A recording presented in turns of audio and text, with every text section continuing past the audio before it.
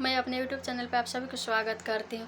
एक मैं राम जी का गीत सुनाने जा रही हूँ। बहुत प्यारा गीत है, इसे लाचारी गीत भी बोलते हैं। इसे ध्यान से सुनिएगा और अच्छा लगे तो सबसे पहले मेरे चैनल को सब्सक्राइब करना ना भूलिएगा, वीडियो को लाइक कीजिएगा और कमेंट में ज़रूर लिखिएगा मेरी गीत आप लोग के कैसी लगी।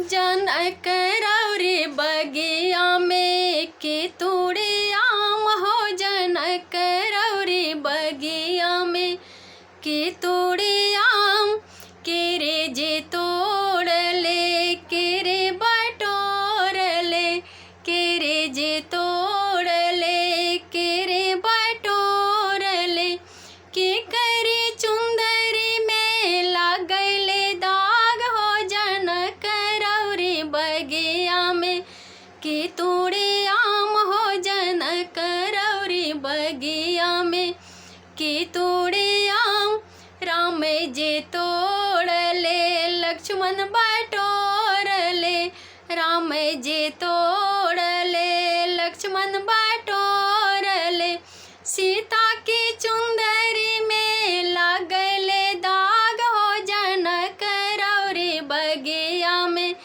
के तोड़े आम हो, जन करौरी बगिया में के तोड़े आम। प्लीज़ कमेंट में ज़रूर लिखिएगा मेरी किताब लोग की कैसी लगी।